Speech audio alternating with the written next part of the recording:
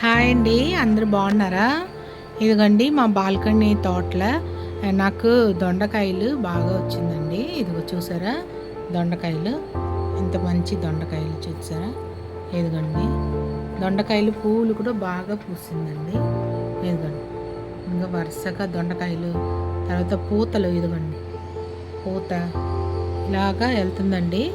So దీంట్లో ఒక 3 కాయలు వచ్చింది. 3 కాయలు కూడా నేను కోసాను. చూడండి ఎంత బాగుందని. దొండకాయలు చాలా వస్తుందండి. చిన్న చెట్టు అండి, చిన్న కుండీలో పెట్టాను, చూపిస్తాను చూడండి ఏ కుండీలో పెట్టాను నేను. ఇదిగోండి ఈ కుండీలో పెట్టాను. ఇదిగోండి ఇది తీగ, ఈ కుండీలో పెట్టాను. పాదు ఇలాగా ఎక్కించాను దాంట్లో. ఓకేనండి, ఇప్పుడు దాంట్లో కాయ కోసాను కదా, అది పచ్చడి చేస్తామని ఉంచాను, చూపిస్తాను ఉండండి.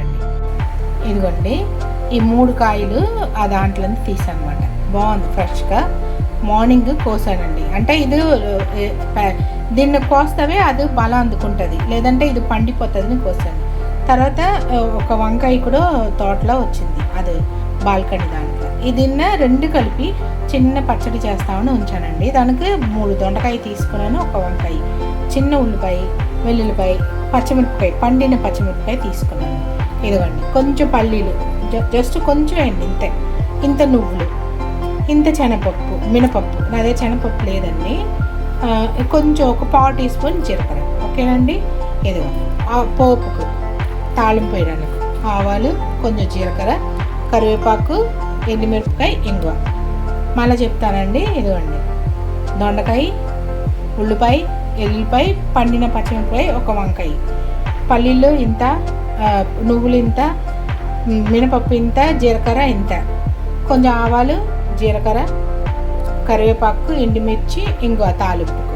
ఇప్పుడు దీన్ని ఎలా చేయాలో చూపిస్తాను మీకు.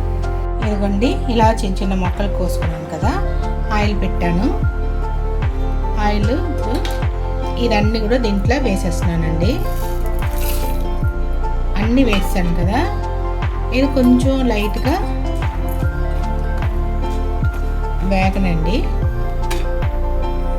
ఇదన్నీ నేను కోసుకున్నాను, ఉల్లిపాయ కూడా కోసుకున్నాను కదా, దీన్ని ఇదిగోండి దీంట్లో వేసేది. చాలా ఈజీ అండి, సింపుల్గా చేసేయచ్చు. చింతపండు నేను ఉసిరికాయ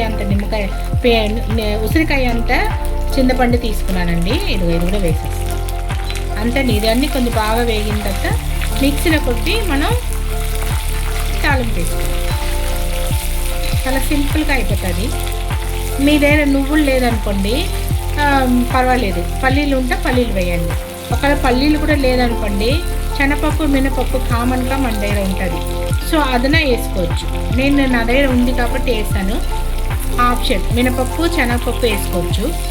ఒకవేళ మీ దగ్గర నువ్వులు, పల్లీలు ఉంటే అది కూడా వేసుకుంటా, కొంచెం టేస్ట్ బాగుంటుందండి.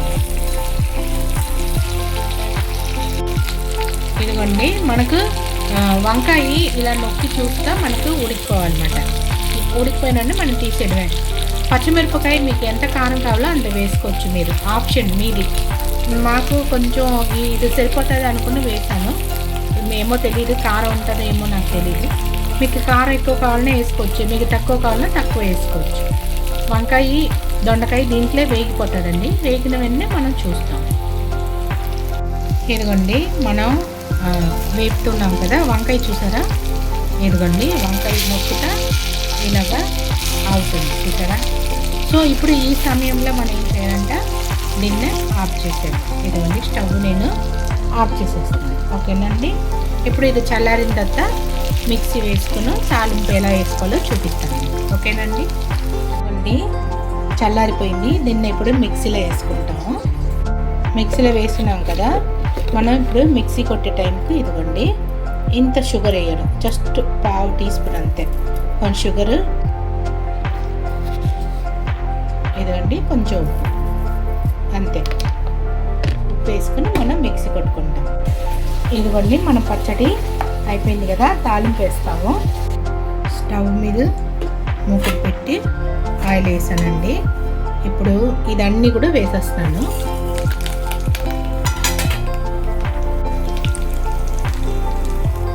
పోపు నూనెలో బాగా వేగాలండి.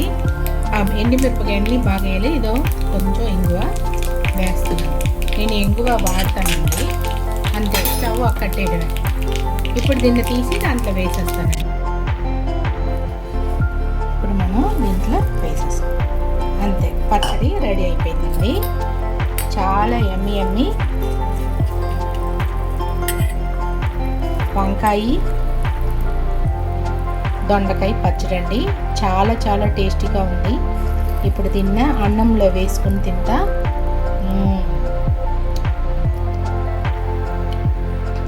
ఆ వంకాయ ఫ్లేవరు, నువ్వుల ఫ్లేవరు చాలా టేస్టీగా ఉందండి. మీరు కూడా మీ ఇంట్లో చేసి ఇలాగా 2-3 కాయగూరలు మిగిలిపోతా తినండి. ఇది ఆర్గానిక్, చాలా ఎమ్మీగా ఉందండి. సో నేను అసలు అన్నం వేసుకుని తినాలనిపిస్తుంది నాకు, అంత టేస్ట్గా ఉంది. చూపిస్తాను మీకు. ఓకే అండి, ఈ వీడియో చేసిన వాళ్ళు మీరు సబ్స్క్రైబ్ చేసుకోండి, లైక్ చేయండి, షేర్ చేయండి. అప్పుడు నేను పెట్టిన వీడియో మీకు వస్తుంది. ఓకే అండి, ఉంటానండి. బాయ్.